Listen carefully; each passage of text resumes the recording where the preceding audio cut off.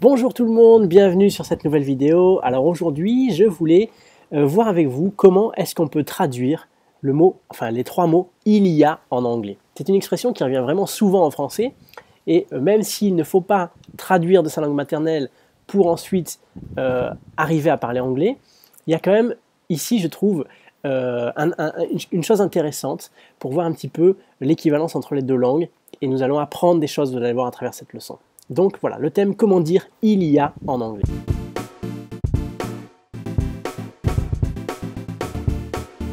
Alors, on va déjà voir le premier point, c'est « il y a » au pluriel et « il y a » au singulier. Alors, à la différence du français, eh bien, en anglais, le « il y a » sera différent si on parle au pluriel ou au singulier. Donc si je dis « il y a une table », je dis « il y a ». Si je dis « il y a des tables », je dis aussi « il y a » en français. Ben, en anglais, non, c'est pas la même chose. Alors, au pluriel, on va dire « there are » et au singulier, on va dire « there is ». Donc ça, c'est la manière principale de dire « il y a » en anglais. « There are » et « there is ». Bien sûr, vous allez voir, c'est pas aussi simple que ça et il y a des choses à dire. Alors voici donc un premier exemple. On a ici « There are several interesting museums in the area ». Il y a plusieurs musées intéressants dans la région, dans le coin. Comme il y en a plusieurs des musées, eh bien, on a utilisé there are. Deuxième exemple au singulier, there is more to see near the coast. Il y a plus à voir près de la côte. Donc rapprochez-vous de la côte, voilà, si on est en train de faire du tourisme comme ça, there is more to see near the coast.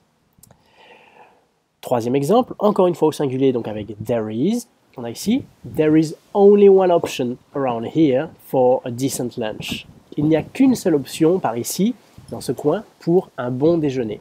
A decent lunch, c'est un déjeuner décent, littéralement. Ça veut dire pour un déjeuner qui vaut le coup, quoi. Voilà, un bon déjeuner. Donc voilà, quelques exemples avec there is et there are. Maintenant, nous allons voir que ce there is et there are, ça peut très bien se mettre au passé. En fait, ça peut se mettre quasiment à tous les temps.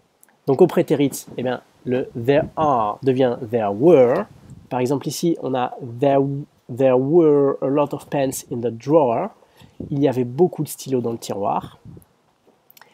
On l'a ici maintenant à la forme au passé et à la forme négative. Donc vous voyez, ça peut se mettre à n'importe quel temps et à n'importe quelle forme, interrogative, négative, etc. On reviendra un peu tout à l'heure sur les formes négatives pour donner quelques exemples qui sont un peu plus clairs. Mais ici, on a par exemple « There weren't a lot of empty seats on my flight ». Il n'y avait pas beaucoup de places vides, de sièges vacants dans l'avion que j'ai pris, dans mon vol. Troisième exemple, « There was less traffic last night ». Donc ici, le « there was less traffic last night », c'est le passé de « there is ». C'est donc au singulier. « There is » devient « there was » et « there are » devient « there were ». Et ici maintenant, on l'a non pas au prétérit, mais au présent perfect. Donc le there is devient there has been. Et ici, on l'a non seulement au présent perfect, mais à la forme négative. Donc there hasn't been a lot of rain lately. There hasn't been a lot of rain lately. Il n'y a pas eu beaucoup de pluie ces derniers temps. Alors maintenant, comment est-ce qu'on va dire il n'y a pas? On a déjà commencé à le voir. L'exemple précédent, there hasn't been a lot of rain lately. Il n'y a pas eu beaucoup de pluie récemment. Donc vous voyez que ça peut se mettre tout simplement à la forme négative. Mais celui que je voudrais souligner en particulier, c'est celui-ci, le there is no. Voilà. There is no sun today. Il n'y a pas de soleil aujourd'hui. Et ici on a there is no need to call the police. Il n'y a pas besoin d'appeler la police. There is no, il n'y a pas. Alors bien sûr, on peut mettre à d'autres formes négatives. Je vous en donne quelques-unes ici. Par exemple, there is not a lot of water. Il n'y a pas beaucoup d'eau. There is not a lot of water. Deuxième exemple, there is not any evidence to support your claim. Il n'y a pas de preuve pour soutenir ta déclaration. There is not any. Not any, c'est la même chose que no. Par exemple, there is, voilà. On pourrait dire aussi, there is no evidence to support your claim. Voilà, donc retenez surtout there is no pour dire il n'y a pas. Voilà. Voilà donc pour cette leçon. Maintenant, avant de terminer la leçon, je voudrais quand même revenir sur ce que vous voyez à l'écran ici. En français, nous disons souvent « il y a » plus une durée. Il y a 10 ans, il y a 20 ans, il y a une semaine, il y a 2 jours, etc. Il y a plus une durée, en anglais, ça va se dire avec le mot « ago ». Donc là, on est dans un registre totalement différent du « there is »,« there are ». Voilà, donc c'est « ago ». « Ago », ça va toujours être utilisé avec le prétérit en anglais et ça va être souvent précédé d'une durée, suivi d'une durée, pardon. Par exemple, 10 years ago, pardon, précédé d'une durée, 10 years ago, 2 days ago, etc. Par exemple, ici, we moved to Paris 5 years ago. Nous avons déménagé, nous nous sommes installés à Paris il y a 5 ans. Our new factory opened 6 months ago. Notre nouvelle usine a ouvert ses portes, il y a 6 mois. 6 months ago. Voilà donc pour cette autre manière de dire il y a en anglais. Alors on va résumer la leçon pour que ce soit un petit peu plus clair. There is, c'est le singulier. There are, c'est le pluriel. Ça peut être mis à tous les temps. On a le there was, there were, there has been, etc. Donc vous pouvez le mettre à tous les temps. Ensuite, ça peut se mettre à toutes les formes, forme interrogative, forme négative, etc.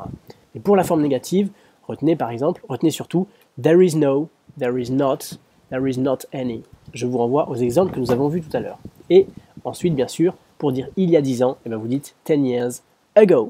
Voilà donc pour cette leçon sur comment dire il y a en anglais.